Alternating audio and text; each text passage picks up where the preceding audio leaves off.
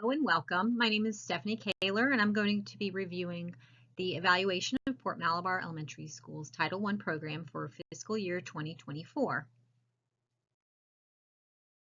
First of all, Title I is a special grant from the government to support schools with high percentages of children from low-income families. This money helps the schools to provide academic support and resources to make sure students can do their best in school. Title I also helps teachers and parents. It gives teachers extra training and resources to help them become even better at teaching. Title I also encourages families to get involved in their child's education because when families are involved, children usually do better in school. Title I funds for your child's school are based on the number of qualifying students enrolled at the school. These numbers are reported to the state in February each year to guide funding for upcoming years. These federal funds are dedicated to enhancing your child's education in three important areas going beyond what the school is already expected to provide. Number one, supporting your child's success. Title I funds can be used to improve your child's achievement in areas where the school needs to grow. This means targeted programs and resources to help your child thrive academically. Two, empowering teachers. Your child's teachers can benefit from professional development opportunities funded by Title I. These trainings help teachers sharpen their skills to better support your child's learning journey. And finally, three, strengthening family engagement. As a parent or caregiver, you play a crucial role in your child's education. Title I funds can support activities and resources to help you get involved and support your child's learning at home. By understanding how Title I funds are allocated, participating in decisions about how they are used, you can help ensure that your child receives the support they need to succeed in school and beyond. As parents, it's important to understand how the Title I program is evaluated to ensure it's effectively supporting our children's education. We evaluate the Title I program through multiple lenses. One, assessing student progress. The Title I program regularly assesses child's academic progress. These assessments help identify areas of strength and areas needing improvement, guiding the allocation of resources for targeted support. Two, we measure program impact. Schools evaluate the effectiveness of Title I programs by tracking various indicators. This ongoing monitoring ensures resources are being used efficiently to benefit your child and others. Three, family involvement. Your input is valuable. Title I evaluations often include opportunities for parent feedback through surveys, meetings, and involvement in decision-making processes. Your thoughts help shape the program to better meet the needs of all students. And lastly, four, transparency and communication. Schools should provide transparent information about Title I programs. Look for regular updates and communication to see how it's helping your child succeed. During this meeting, we will be sharing information on our Title I program for this school year with the hopes that you will share your thoughts to help us make informed decisions for the upcoming school year. By understanding how Title I programs are evaluated and actively participating in the process, you can help ensure that your child receives the best possible support to succeed academically. Our Title I spending must support our school-wide plan to increase student achievement. Our first area of focus for this school year was ESSA subgroups specifically related to students with disability. This school year, $15,000 of our Title I funding supported this area. This funding provided many materials, including resources such as our Title I teacher on the activity wheel who supported all of our third graders. This was the grade with the highest level of students with disabilities. She targeted this area by providing a lab setting each day for students to do things like Lexia and Accelerated Reader and targeted specific ELA standards. We also spent funds that were listed in other focus areas such as software licenses, classroom materials, our literacy coach salary, and training. To measure the effectiveness of our Title I program, we must review data. This year, our goal was to increase our overall ELA proficiency level in our students with disability subgroup in grades 3 through 6 from 33% to 41%, which would put us out of ATSI status. When we looked at our ESSA data, specifically our students with disabilities in grades 3 through 6, we have seen a consistent upward trend. However, we did not reach our goal. Overall, last year,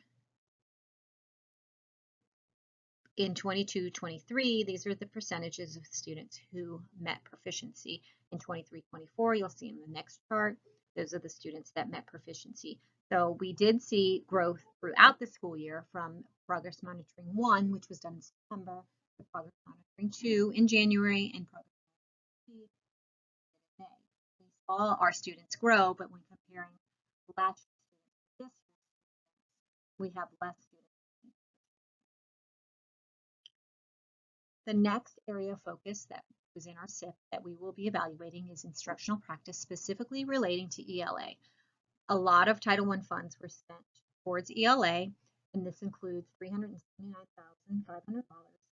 Most of that was salary and fringe for our Title I intervention teachers and our literacy coach. We have 5 Title I intervention teachers that pull small groups throughout the day and give interventions for ELA and math, but predominantly ELA.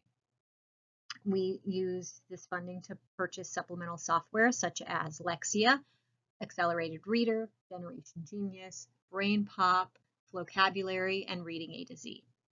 We also use Title I funds to support ELA by supplying materials for the classroom use, headphones and mice to use with the computers, to use the supplemental education programs. We also had family engagement events such as Trunk or Read, where we spent some funds to give out materials and resources to use at home and books. We also have games and things that were purchased using Title I funds for parents to use at home to support learning. The progress monitoring data that went along with our instructional practice specifically relating to ELA, our goal was overall proficiency in grades K through 6 would increase from 58% to 63% on the FAST ELA PM3. So if you look at the two charts from 22-23 moving to 23-24, some of the areas in different grade levels went up and some of them went down. So our overall proficiency actually went down a little bit. But again, looking at PM1 to PM2 to PM3, our students made growth throughout the year, but when comparing groups of students by grade level, the proficiency level did go down a little bit. Our next area of focus was math. In the math subcategory, Title I funds were spent. 34,704 Title I funds were spent. The resources include, again, Title I teachers to provide math intervention, parent engagement activities like our STEAM night and materials that we used for that event, and also materials that we sent home after that event.